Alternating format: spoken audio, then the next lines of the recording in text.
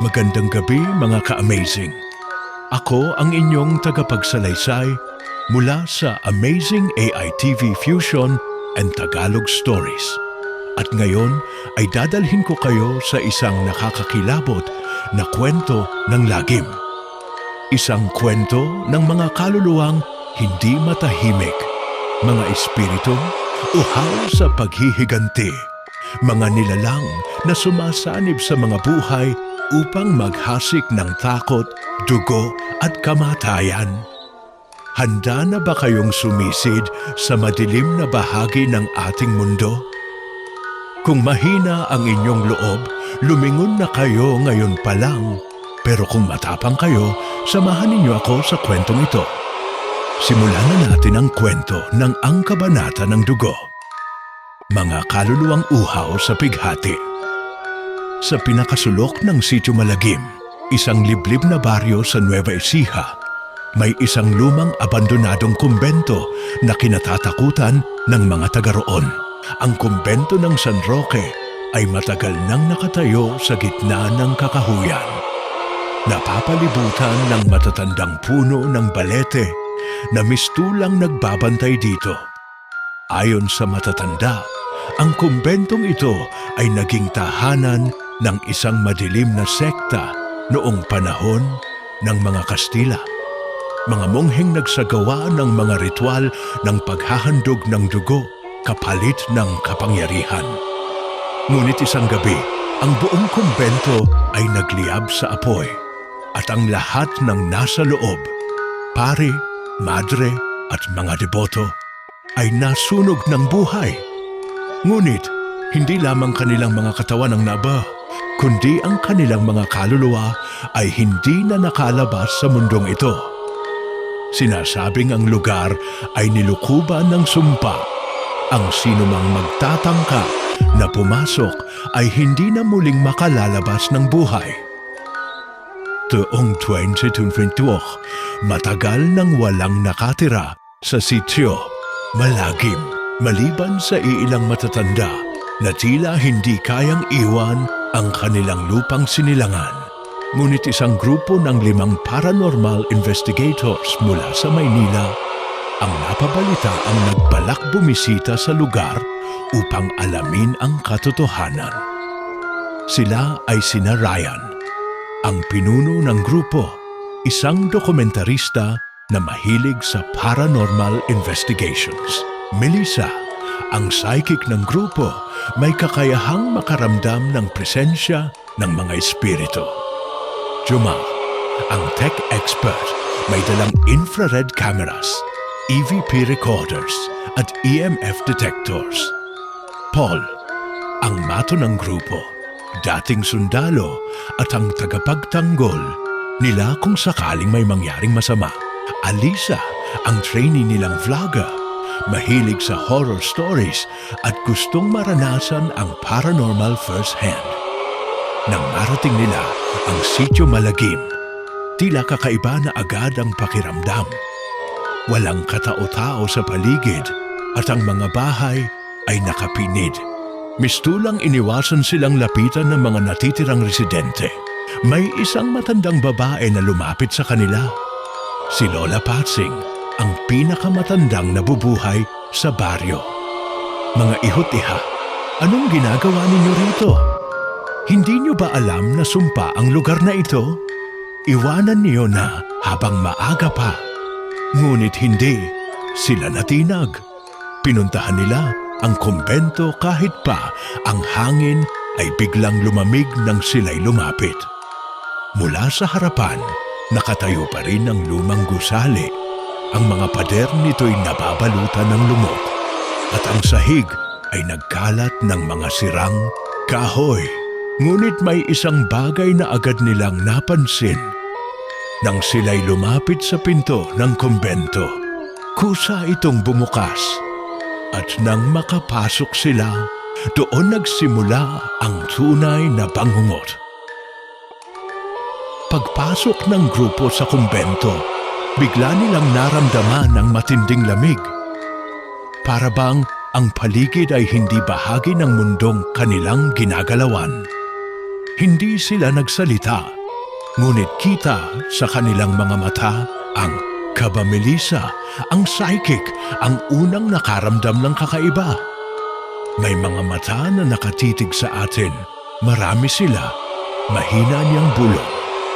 Si Jomar naman, agad na binuksan ang kanyang EMF detector.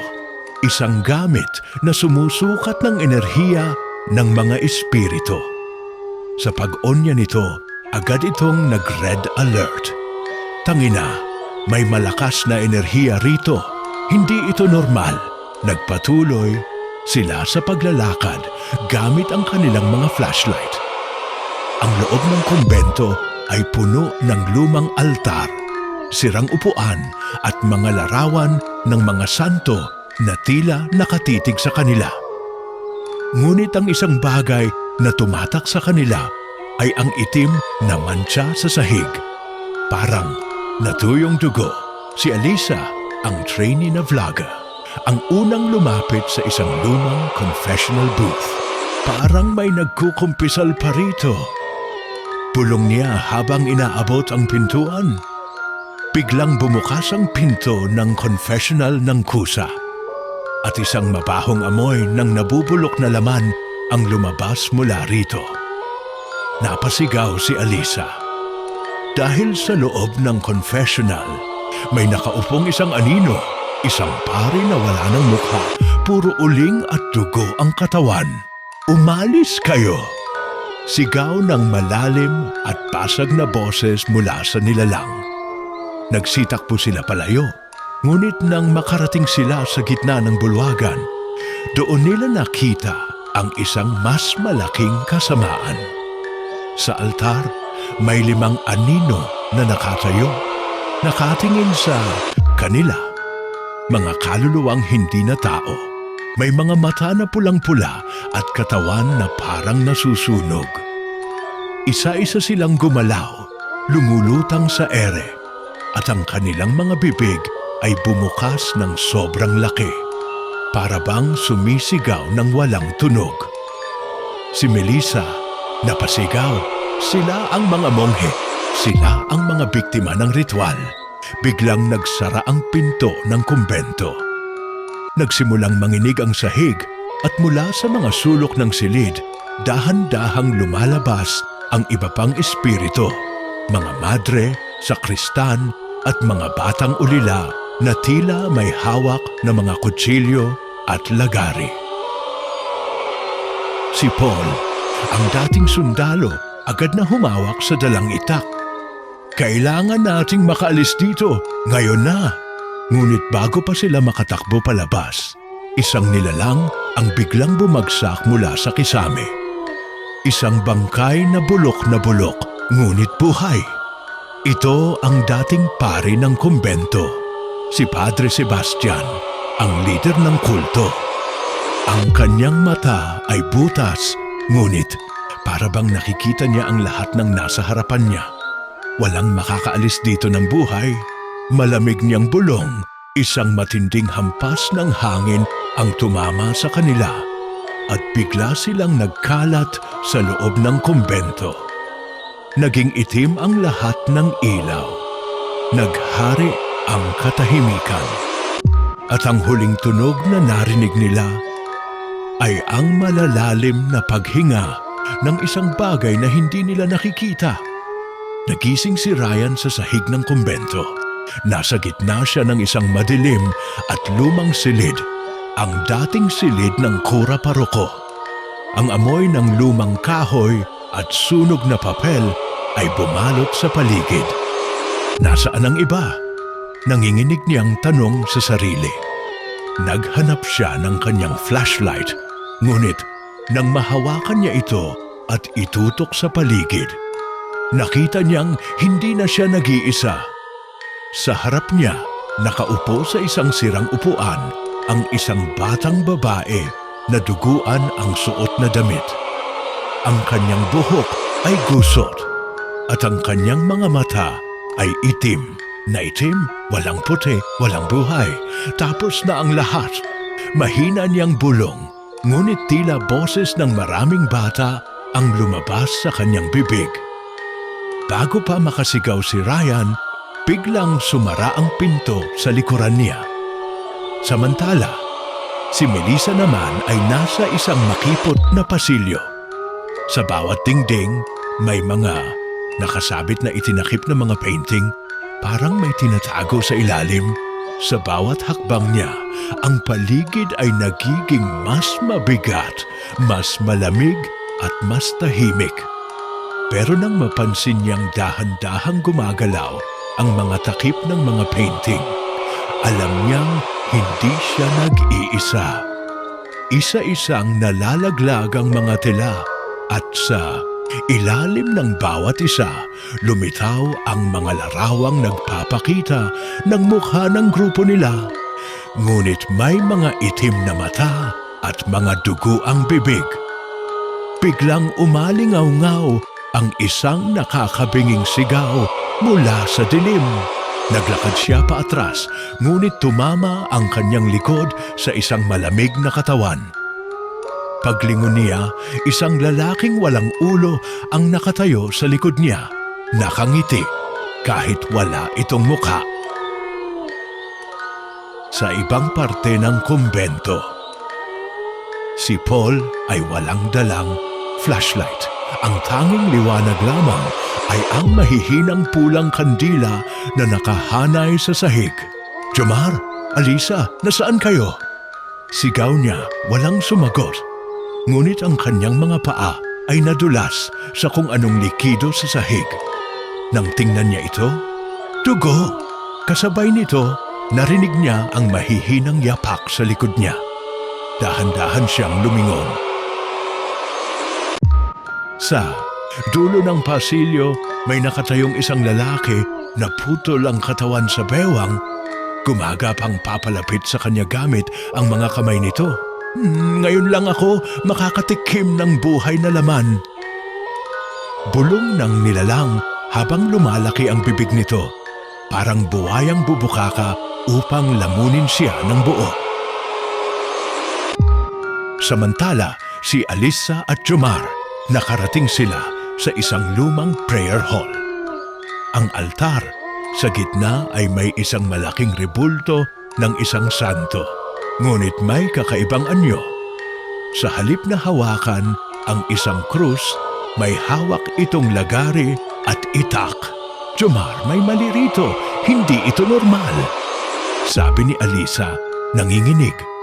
Sinubukan nilang umatras, ngunit hindi na sila makagalaw. Mula sa sahig, tumubo ang mga kamay na kulay abo. Hinahatak sila pababa.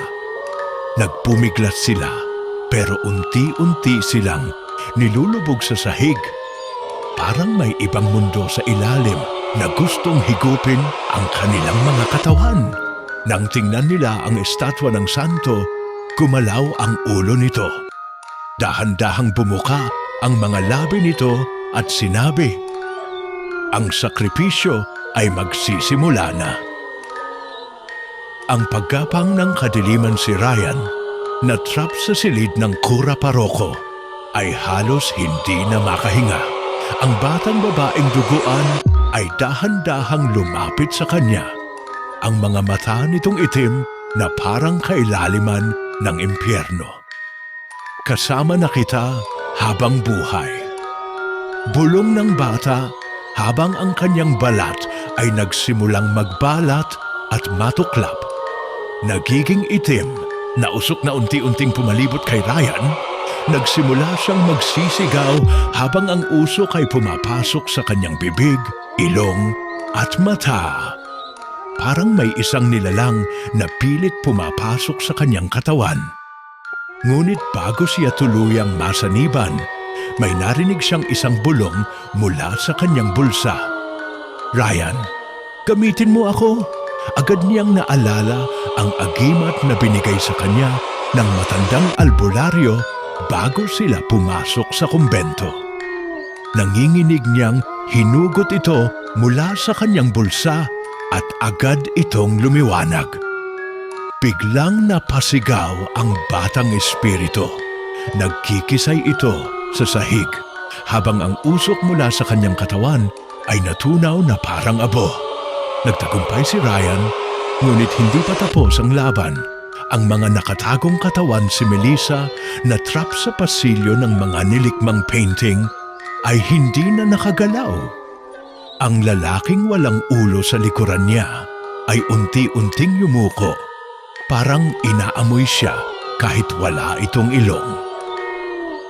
Bagong dugo, bagong laman. Bulong nito habang ang kanyang mga kamay na puro sugat at sugat ay unti-unting umabot sa leeg ni Melissa. Ngunit bago pa siya mahawakan, may isang bagay na bumagsak mula sa kisame. Isang babaeng madre, pero baliktad ang ulo nito. Nakangiti, ito habang pinagmamasdan si Melissa. Ikaw ang susunod!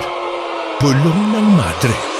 Biglang dumilim ang paligid at sa isang iglap, si Melissa ay wala na sa pasilyo. Ang mga dakilang anino. Samantala, si Paul ay tumakbo palayo sa gumagapang na nilalang na may malaking bunganga. Ngunit sa kanyang pagtakbo, napansin niyang ang hallway ay hindi nauubos. Paulit-ulit siyang bumabalik sa parehong lugar. At sa bawat ikot niya, mas lalong dumadami ang mga aninong sumusunod sa kanya. Sa kanyang kaliwang mata, may nakikita siyang mga nilalang na mahaba ang leeg, parang mga halimaw mula sa lumang alamat. Sa kanyang kanang mata, may nakikita siyang mga espiritong walang mukha. Pero lahat sila ay nakatitig sa kanya. Wala ka nang pupuntahan, Paul. May isang boses na nagsalita at doon niya nakita ang isang lalaking monghe na may sira-sirang abito, ngunit duguan ang buong katawan. Ito ang pinuno ng kulto na namuno sa mga ritual noon, si Padre Sebastian. Alam mo ba kung anong mangyayari sa isang kaluluwang nasusunog sa impyerno? Mahinang tanong ni Padre Sebastian habang ang kanyang katawan ay unti-unting nagliyab. Gusto mo bang subukan? Ang pag-ahon ng mga patay sa prayer hall. Hindi na makagalaw sina Alisa at Joma. Ang mga kamay mula sa sahig ay patuloy silang hinahatak pababa habang ang estatwa ng santo na may hawak na lagari ay dahan-dahang bumukas ang bibig at lumabas mula rito ang isang maitim na anino. Oras na ng sakripisyo. Biglang tumirik ang mga kandila sa paligid at ang anino ay nagsimulang gumapang papunta sa kanila. Hawak ni Humar ang isang maliit na krus sa kanyang bulsa. Pero nang subukan niya itong gamitin, natunaw ito sa kanyang kamay. Walang Diyos na makakatulong sa inyo rito. Bulong ng anino. Sa isang iglap, bumukas ang sahig at bumagsak sila sa isang madilim na hukay. Mga ka-amazing, hanggang dito muna ang ating kwento sa gabing ito. Pero ang susunod na bahagi ay mas brutal, mas nakakatakot at walang kaligtasan. Makakaligtas pa kaya sila? O magiging bahagi na sila ng mga kaluluwang uhaw sa dugo? Sabihin niyo lang kung gusto niyong ituloy natin ang kwento. Pero maghanda kayo.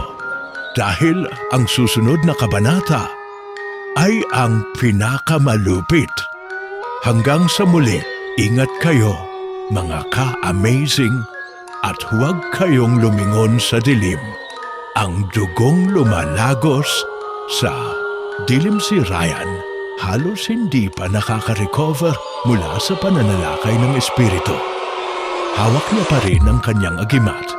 Nanginginig habang unti-unting naglalaho ang usok na pumasok sa kanyang katawan.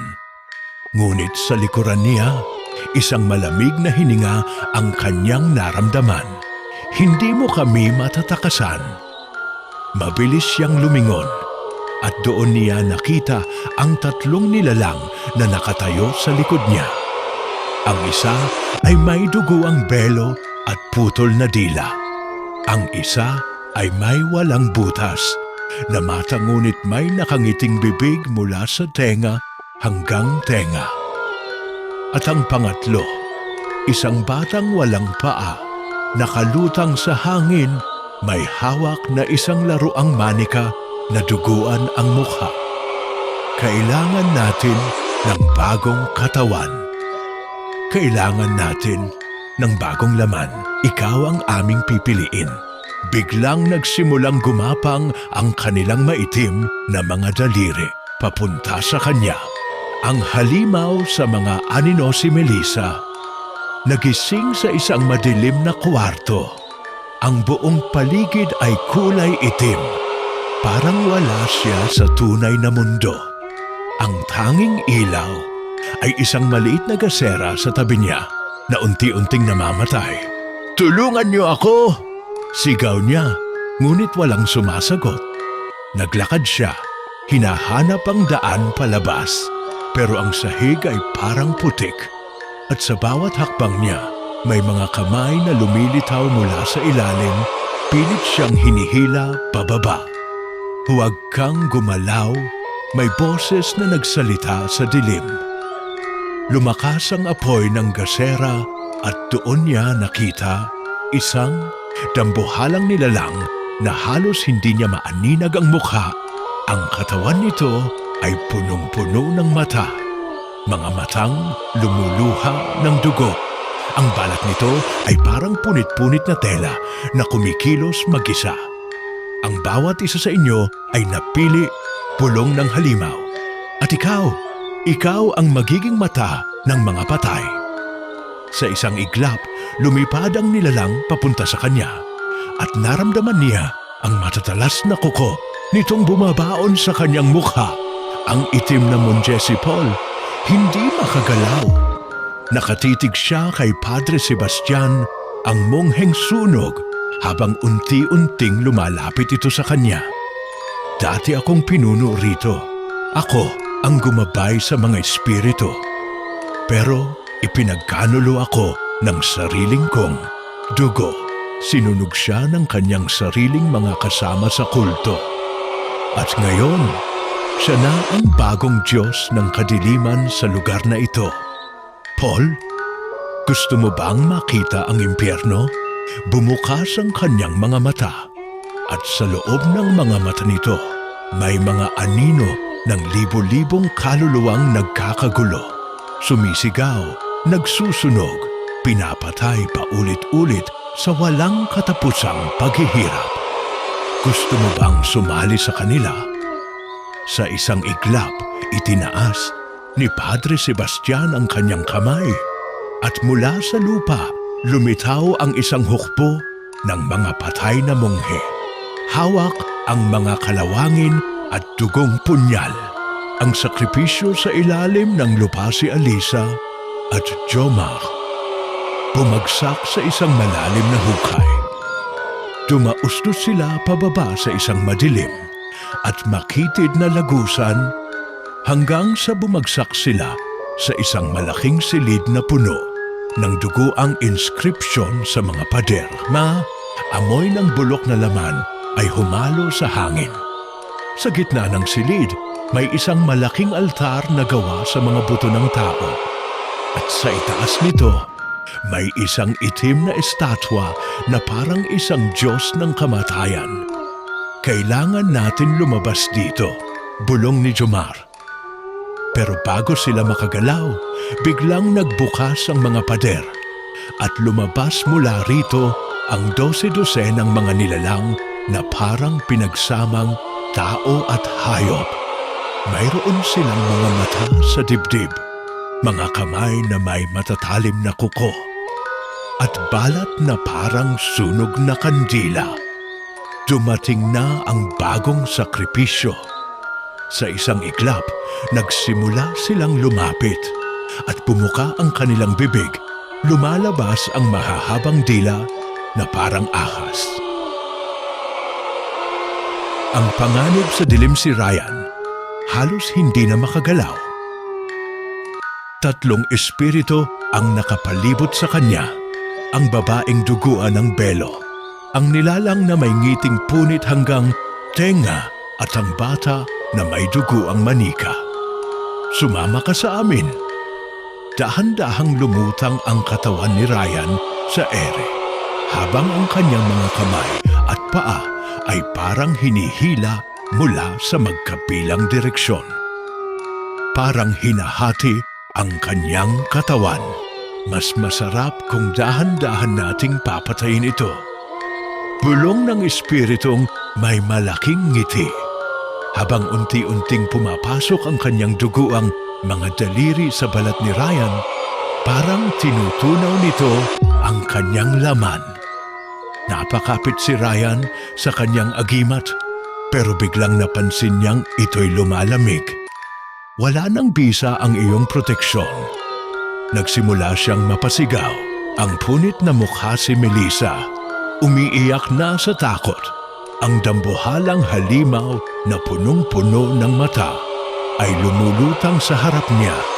Ang katawan nitong parang patay na balat ay gumagapang palapit sa kanya. Ikaw ang magiging mata ng mga patay. Naramdaman niya ang matatalas na kuko nitong dahan-dahang humahawak sa kanyang mukha. At sa isang iglap, hinila nito ang kanyang balat. Nahila ang buong mukha niya.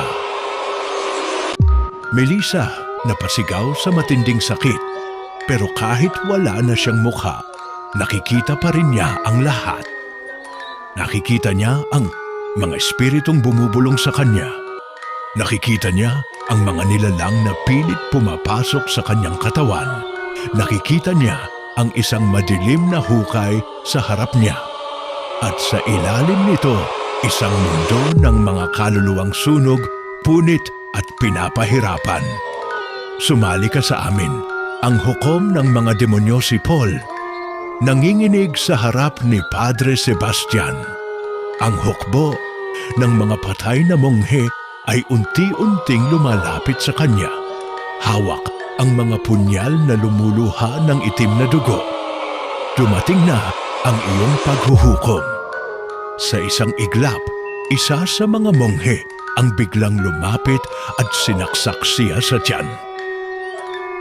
Dumanak ang dugo ni Paul sa sahig at doon niya napansin ang kanyang dugo ay hinihigop ng lupa.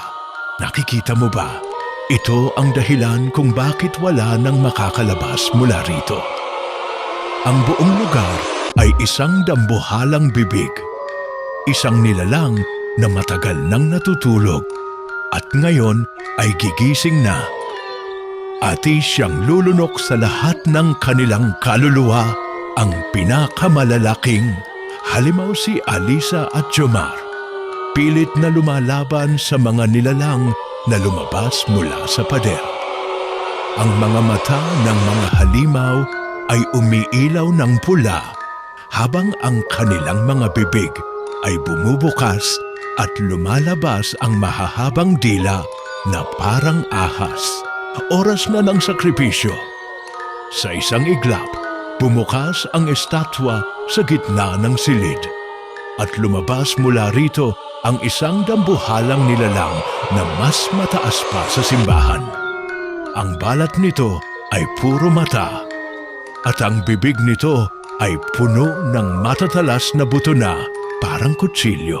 Dumating na ang bagong Diyos ng dilim at kayo ang unang magiging alay. Ang pagsanib ng mga demonyo si Ryan, nanghihina na, unti-unting nilalamon ng tatlong espiritu.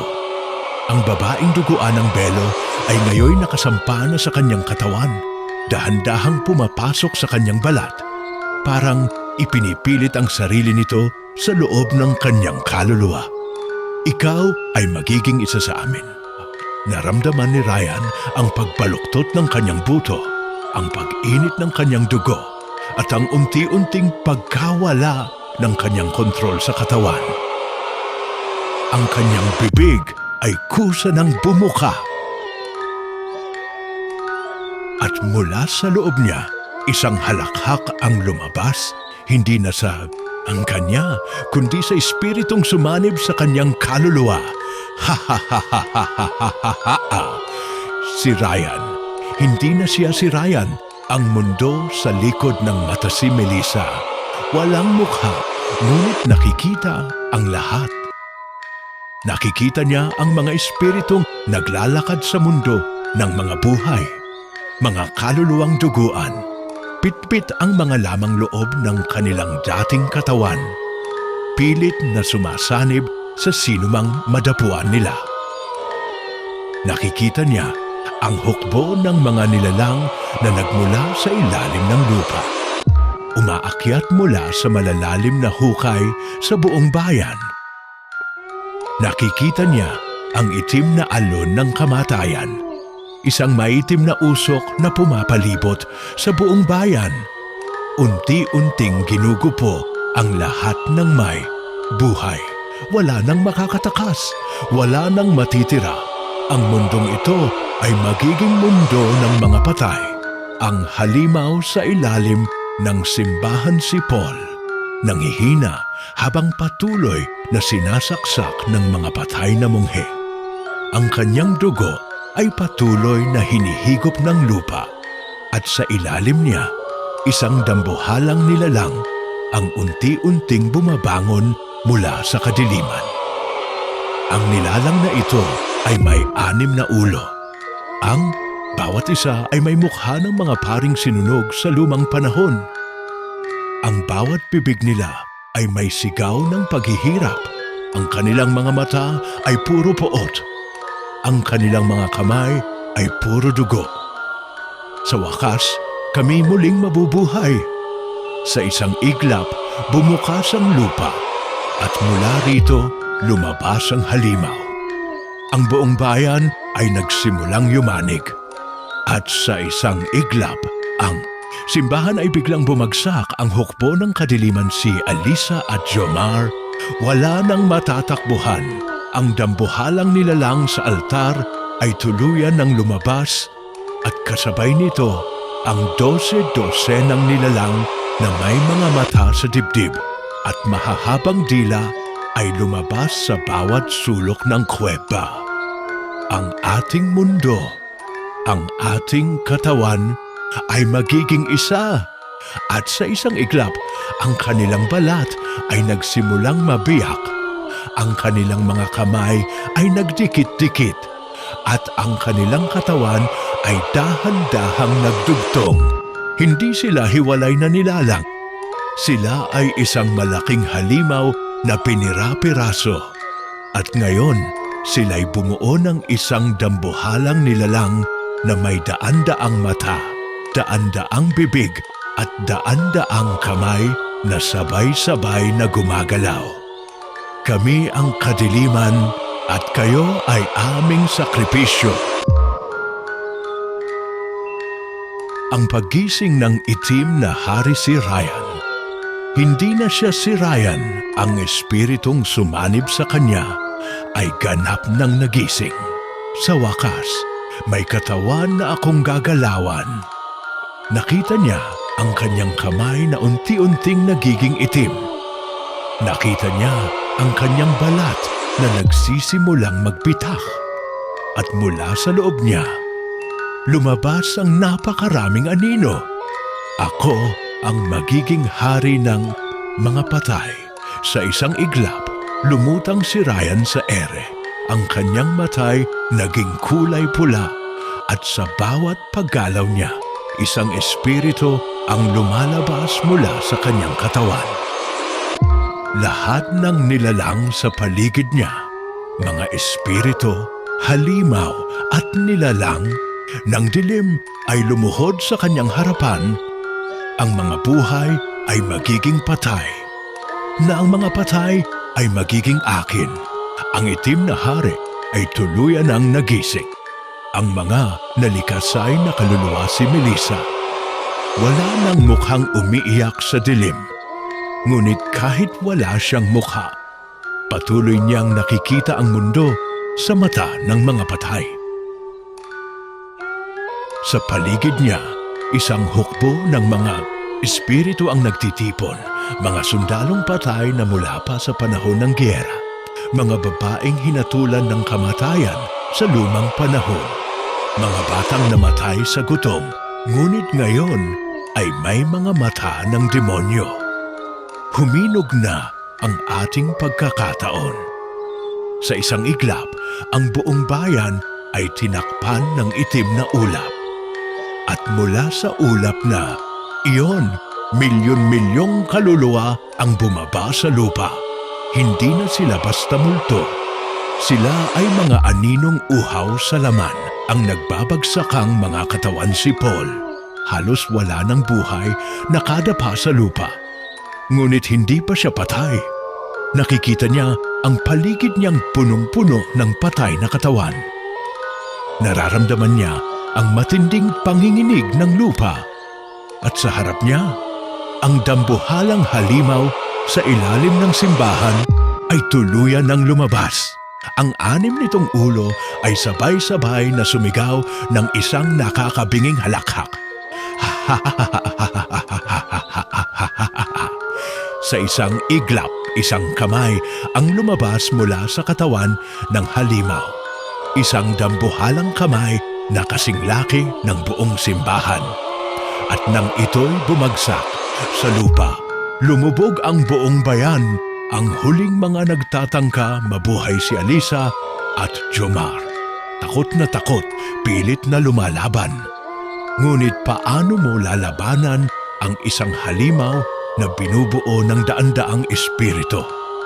Sumuko na kayo, hindi niyo na kami matatalo. Ang dambuhalang nilalang na may daan-daang mata ay unti-unting bumalot sa paligid nila. Daan-daang kamay ang dumaklot sa kanilang katawan. Hinihila sila papasok sa nilalang na iyon. Sila ba'y magiging bahagi nito? O ito na ang kanilang huling sandali? Si Ryan o ang itim na hari lumulutang sa ere. Ang kanyang anino ay bumalot sa buong bayan. Ang kanyang katawan ay naging tila isang puwang sa realidad. Isang hukay ng kawalan kung saan lahat ng ilaw ay nilulunod sa kadiliman. Ang mundong ito ay para sa amin na. Sa isang kumpas ng kanyang kamay, ang langit ay nagdilim ng tuluyan. Wala ng araw, wala ng bituin, wala ng buhay. Lahat ng naririnig ng bayan ay sigaw ng libo-libong espiritu na nagmula sa ilalim ng lupa. Tapusin na natin ito. Si Melissa, hindi na gumagalaw. Ang kanyang walang mukhang katawan ay hawak ng daan-daang espiritu. At sa kanyang paligid, mga patay na dating nasa lupa ay bumabangon na muli. Hindi sila multo. Hindi sila buhay. Sila ay mga katawang kinitil ng kadiliman. At ngayon, ginagamit ng mga espiritu bilang sisidlan. Ang inyong laman ay magiging sa amin. Isa-isang binubuksan ang kanilang mga mata. Lahat ay kulay itim, lahat ay puno ng kasamaan. At sa isang iglap, sabay-sabay silang tumingin kay Melissa. Sumanib na sa amin. Si Paul, nararamdaman na ang pagpasok ng kadiliman sa kanyang katawan. Ang halimaw na may 6 na ulo, ngayon ay lumalaki pa. Sa bawat hininga nito, ang paligid ay natutunaw sa itim na usok. Lumuhod kayo sa amin. Sa isang iglap, ang dambuhalang nilalang ay sumigaw. At sa kanyang bibig, isang kakaibang bagay ang lumabas, isang itim na halimaw. Walang hugis, walang mata, walang katawan, pero naglalakad. Ito ay isang bagay na hindi na dapat umiral sa mundo ng mga buhay. At ngayon, papunta na ito kay Paul. Si Alisa at Jomar, walang matakbuhan. Ang dambuhalang nilalang na may daan-daang mata ay tuluyan ng lumapit sa kanila. Ang inyong laman ay magiging sa amin. Sa kanilang harapan, ang lupa ay bumukas at mula roon lumabas ang daan-daang kamay na may mahahabang kuko. Hindi na ito basta multo. Hindi na ito basta kadiliman ito na ang pinakadilim na bangungot ng lahat. Sa gitna ng madilim na langit, si Ryan, ang itim na hari, ay bumaba mula sa ere. Ang kanyang katawan ay wala ng anyo, isa na siyang aninong naglalakad sa mundo. At sa kanyang harapan, ang altar ng mga patay. Ito ay isang itim na bilog na umiikot sa ere at sa loob nito. Nakikita ang libo-libong kaluluwa na umiiyak, sumisigaw, nagmamakaawa.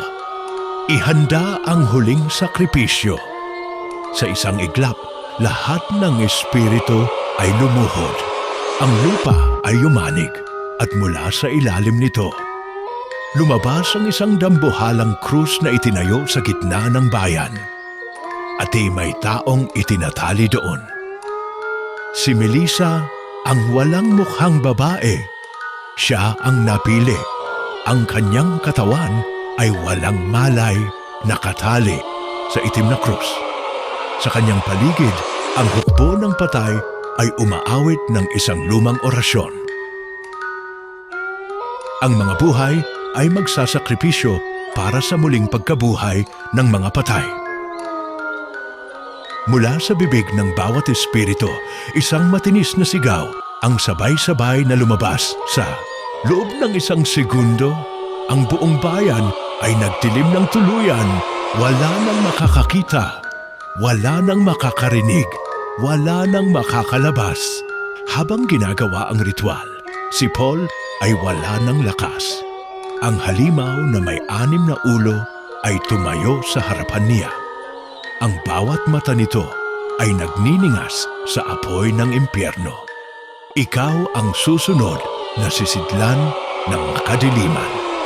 Sa isang iglap, isang matulis na kamay ang bumaba mula sa langit, at sa isang saglit, tumusok ito sa dibdib ni Paul. Nagkaroon ng malaking butas ang kanyang katawan, at mula sa butas na iyon, isang anino ang lumabas. Itim, malagkit, nakakapaso sa sino mang makadikit dito. Isa ka ng isa sa amin. Ang halimaw ay tumawa ng nakakatakot, at sa harapan ng lahat, unti-unting naging isa ang katawan ni Paul sa nilalang na iyon. Sa kabila ng kaguluhan, si Alisa at Jomar ay patuloy na tumatakbo. Ngunit wala nang daan palabas. Wala nang natitirang ligtas na lugar. Wala nang pag-asang matakasan ng kadiliman. Hindi tayo pwedeng mamatay dito, sigaw ni Alisa. Wala na tayong magagawa, sagot ni Jomar. Ngunit sa kanilang harapan, isang figura ang lumitaw. Isang matandang may puting damit, isang matandang may dalang itim na aklat. Isang matandang nagmamasid sa kanila ng malalim ang mga mata. Kung nais niyong mabuhay, may tasyari ni Shen. Paraan, sino siya, ano ang kanyang alam, at maaari ba siyang pagkatiwalaan? Sa harapan ng libo-libong patay, ang katawan ni Melissa ay unti-unting bumabaluktot. Ang kanyang walang mukhang ulo ay gumagalaw na parang anino. Ang kanyang balat ay naging kasing itim ng kailaliman. Ang huling alay ay magsisimula na. Si Ryan, ang itim na hari, ay lumutang sa harapan ng krus. Sa kanyang kamay, isang itim na patalim na naglalabas ng usok. Ito ang Dagger of the Abyss, ang patalim na kayang gawing sisidlan ng impyerno ang isang tao. At sa isang iglap, itinaas niya ito at tinutok sa puso ni Melissa. Sa huling oras ng dilim, hayaang tanggapin ng lupa ang sakripisyo. Sina Alisa at Jomar ay halos mawala na ng pag-asa. Pero ang matandang nasa harapan nila ay hindi ordinaryo.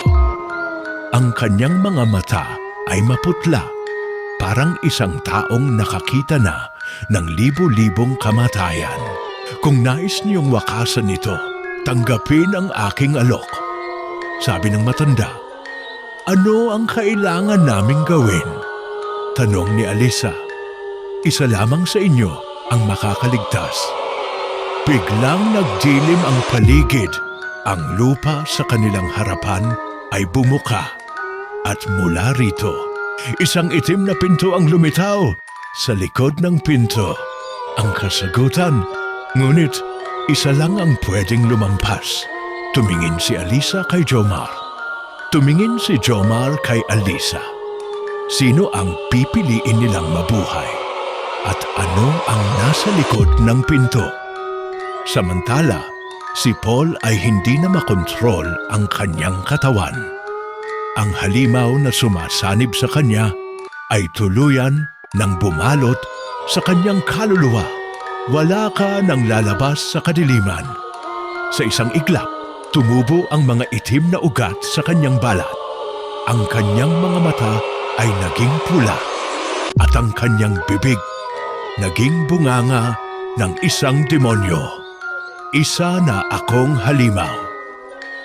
Magsimula na ang huling alay. Rock! Tumagos ang dugo. Tumagos ang dagger of the abyss sa dibdib ni Melissa.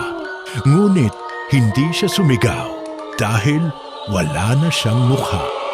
Wala siyang bibig na maaaring sumigaw. Wala siyang mata na maaaring umiyak.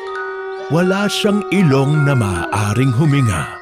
Siya ang perpektong sakripisyo. Ang katawan niya ay gumalaw ng kusa. Ang kanyang dugo ay naging itim at nagsimulang lumutang sa ere. At ang itim na hari ay tumawa ng malakas. Ang pintuan ng kadiliman ay nagbukas na. Sa isang iglap, ang langit ay nagdilim ng tuluyan. At mula sa itim na ulap, bumukas ang isang dambuhalang mata. Isang mata na hindi dapat makita ng sino mang buhay. Jomar, ikaw na ang pumasok. Sigaw ni Alisa. Hindi, ikaw dapat. Sagot ni Jomar. Wala nang oras. May kailangan akong gawin dito.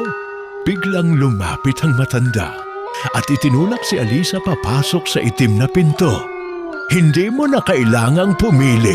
Nagsara ang pinto. At naiwan si Jomar sa labas. Anong ginawa mo?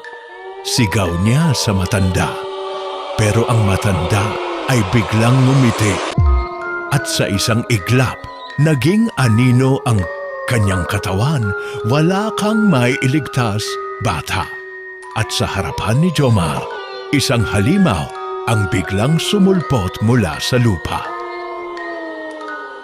Samantala, sa gitna ng bayan, si Paul ay tuluyan ng naging isang nilalang ng kadiliman. Wala na akong pakialam sa lahat. Sa isang iglap, gumalaw ang kanyang 6 na ulo. At sa isang utos, nilamon ng kadiliman ang lahat ng natitirang tao sa bayan. Isang huling sigaw ang narinig at pagkatapos noon, katahimikan. Ang bagong hari ay isinilang na. Ang lumang bayan ng San Gabriel ay wala na. Si Alisa ay nagising sa loob ng isang itim at walang katapusang daan. Walang langit, walang lupa, walang hangin. Ang buong paligid ay mistulang buhay na anino. Naririnig niya ang boses ng libu-libong kaluluwa na bulong ng bulong sa kanyang tenga. Bakit ka nandito? Hindi mo na mababago ang nakatakda. Balikan mo siya at iwan mo ang lahat. Sino siya? Napalingon si Alisa. Sa di kalayuan, may nakita siyang isang babaeng puting-puti ang damit. Ngunit wala itong mukha. Balikan mo siya at ibalik ang liwanag. Balikan ko sino? Sigaw ni Alisa. Ngunit bago siya makalapit, biglang bumuka ang lupa at bumagsak siya pababa sa kawalan. Si Jomar naman ay hindi pa rin makagalaw sa kanyang kinaroroonan. Nasa harap niya ang itim na halimaw. isang nilalang na gawa sa purong anino. May 10 mata at 4 na kamay na puno ng matatalim na kuko. Ikaw ang pinili nilang iwan, sabi ng halimaw. Ikaw ang isinakripisyo. Sinubukan ni Jomar tumakbo pero kumapit ang lupa sa kanyang paa. Hindi mo na ako matatakasan. Dahan-dahang lumapit ang halimaw at ang kanyang aninong katawan ay nagsimulang lumusot sa balat ni Jomar. Hindi! Masakit ito. Isang matinis na sigaw ang lumabas sa kanyang bibig habang ang kanyang katawan ay tuluyang nilamon ng anino. At sa huling iglap, nawala si Jomar. Sa ibabaw ng bundok ng San Gabriel, si Paul, ang bagong hari ng kadiliman, ay tumayo sa harap ng kanyang bagong kaharian. Wala nang buhay sa paligid, wala nang mga tao, wala nang liwanag. Ang kanyang 6 na ulo ay gumalaw ng sabay-sabay, habang ang kanyang katawan ay lumalaki at lumalaki. Wala nang makakahadlang sa akin. Biglang bumukas ang langit at bumagsak mula rito ang isang anino na may hugis tao. Isang bagong nilalang ang bumangon mula sa lupa. Isang nilalang na may katawan ni Jomar. Pero hindi na siya si Jomar.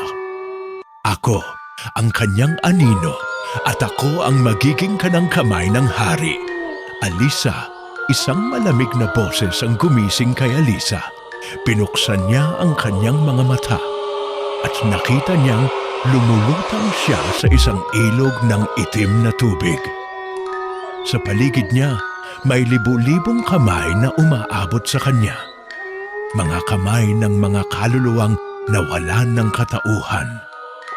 Mga kamay ng mga isinakripisyo sa 1,000 ritual. Tulungan mo kami. Ilabas mo kami rito. Ikaw lang ang makakagawa nito. Nanginginig ang buong katawan ni Alisa. Pero bago pa siya makagalaw, isang boses ang umalingaw-ngaw sa ere. Hindi ka dapat nandito. Biglang lumiwanag ang tubig at mula sa ilalim nito, isang hugis taong nilalang ang lumabas. Isang babae na puting-puti, ang damit, walang mukha at may mga itim na pakpak. Ikaw ang huling pag-asa ng mundo. Ngunit upang manalo ka, kailangan mong bitawan ang katawan mo.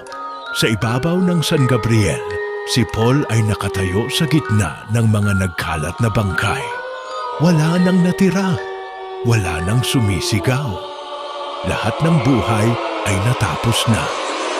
Pero sa isang kumpas ng kanyang 6 na kamay, gumalaw ang unang bangkay. Ang San Gabriel ay hindi na para sa mga buhay. Ito na ang kaharian ng mga patay. Isa-isang tumayo ang mga bangkay, ang kanilang mga mata ay kulay dugo. Ang kanilang mga katawan ay puno ng nakabukas na sugat. Ang mga patay ay bumalik sa mundo.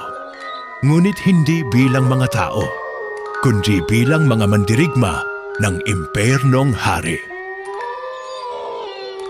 Magsimula na ang huling digmaan.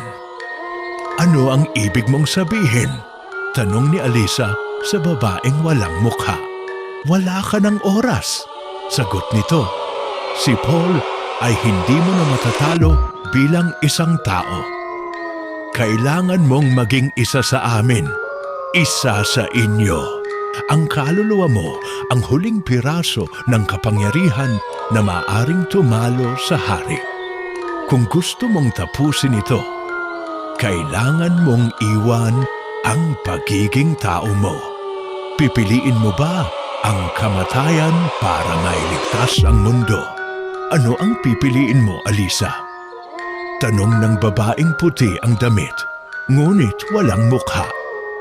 Kapag iniwan mo ang iyong katawan, hindi ka na magiging tao. Magiging isa ka sa mga anino. Magiging bahagi ng walang katapusang kadiliman. Ngunit ito lang, ang paraan upang talunin ang hari. Tumulo ang luha ni Alisa. Wala na siyang natirang pamilya. Wala na siyang matatakbuhan. Si Jomar ay tuluyan ng nawala. Ang kanyang katawan ay kinuha ng anino at ang bayan ng San Gabriel wala nang natira. Gagawin ko ito, bulong ni Alisa. Dahan-dahan siyang lumuhod, ipinikit ang kanyang mga mata at hinayaang bumalot sa kanya ang anino. Sa itaas ng isang lumang simbahan sa gitna ng San Gabriel, nakatayo si Paul, ang hari ng kadiliman. Wala nang makapipigil sa akin, sigaw niya habang ang kanyang katawan ay patuloy na lumalaki. Ang kanyang 6 na ulo ay sabay-sabay na bumukas. Lumabas mula rito ang libo-libong espiritu na naghahanap ng bagong katawang masasapian. Ang mundo ay sa atin na. Ngunit bago pa siya makagawa ng huling ritual, isang matinis na sigaw ang umalingaw-ngaw sa buong bayan. Paul! Isang itim na anino ang bumagsak mula sa langit, lumapag sa harapan ni Paul. Dahan-dahang lumitaw mula rito si Alisa, ngunit iba na siya. Ang kanyang katawan ay kalahating anino, kalahating tao. Ang kanyang mga mata ay kumikislap sa liwanag, ngunit ang kanyang anino ay gumagalaw ng mag-isa. Hindi pa tapos ang lahat. Nagkatinginan sila ni Paul. Ang laban ng liwanag at dilim ay magsisimula na. Ang langit ay bumuka. Ang hangin ay bumigat. Ang mundo ay yumanig habang nagbanggaan ang kapangyarihan ng anino ni Alisa at ng katawang halimaw ni Paul. Isang matinding sagupaan ang naganap sa ibabaw ng lumang simbahan. Sa bawat suntok ni Alisa, nabibitak ang mundo ng kadiliman.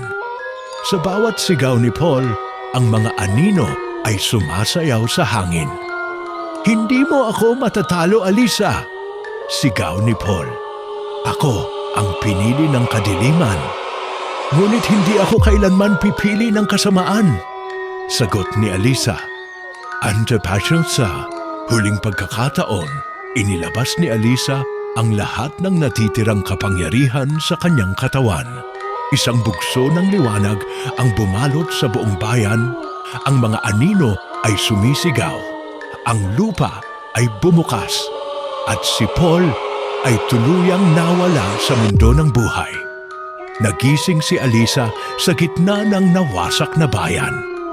Tahimik ang paligid. Wala na ang mga halimaw. Wala na ang sigaw ng mga patay. Ngunit, wala na rin ang kanyang anino. Siya ay hindi na isang tao. Ngunit siya rin ay hindi isang halimaw. Isa na siyang tagapagbantay ng mundo, ang tanging hadlang sa muling pagbabalik ng kadiliman. Lumuhod siya sa lupa, tumingin sa langit at bumulong. Natapos na ang lahat. Lumipas ang maraming taon at ang bayan ng San Gabriel ay unti-unting nakalimutan ng mundo. Wala nang bumalik sa lugar na iyon. Wala nang nagtangkang hanapin ang nakaraan. Ngunit sa bawat aninong gumagalaw sa dilim, sa bawat malamig na ihip ng hangin sa hating gabi, may isang nilalang na nagbabantay. At sa bawat pagkakataong may susubok pumangon muli ang kasamaan, siya ang magiging hadlang. Siya si Alisa, ang huling bantay ng liwanag. Hanggang sa muling kwento, mga ka-amazing, mga ka-amazing, tapos na ang ating kwento. Ngunit ang takot at misteryo ay hindi natatapos dito. Kung nagustuhan niyo ang kwentong ito, huwag kalimutang i-like, i-share, i-comment at mag-subscribe sa ating YouTube channel na Amazing AI, TV Fusion and Stories. Maraming salamat sa inyong suporta at abangan ang mas marami pang nakakapanindig, balahibong kwento sa susunod nating episode. Hanggang sa susunod nating kwentong katatakutan, mga ka-amazing stories. Huwag kalimutang bantayan ang inyong anino.